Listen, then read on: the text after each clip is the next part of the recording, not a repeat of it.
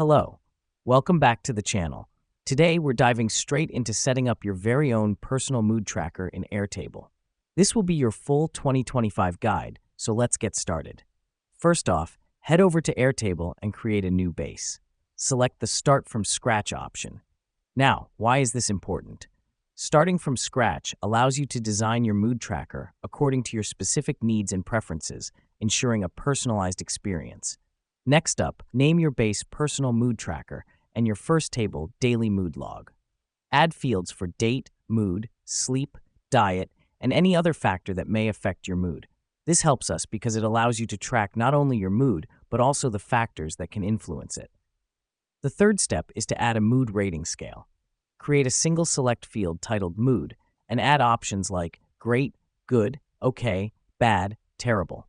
This serves as a quick, visual way to gauge your mood over various days, helping you to identify patterns and trends. Following this, we're going to set up a calendar view.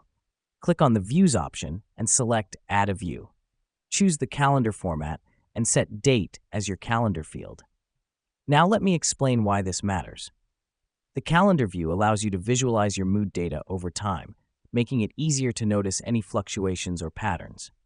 Now that we've done that, the final step is to customize your calendar view further. Add color coding based on the mood field. This helps us because it provides a quick visual representation of your mood across different days. You'll be able to see at a glance when you had good days and when you had bad ones. And there you have it. You've now set up a personal mood tracker in Airtable. With this, you can easily track your mood, identify patterns, and make necessary adjustments to improve your overall well-being.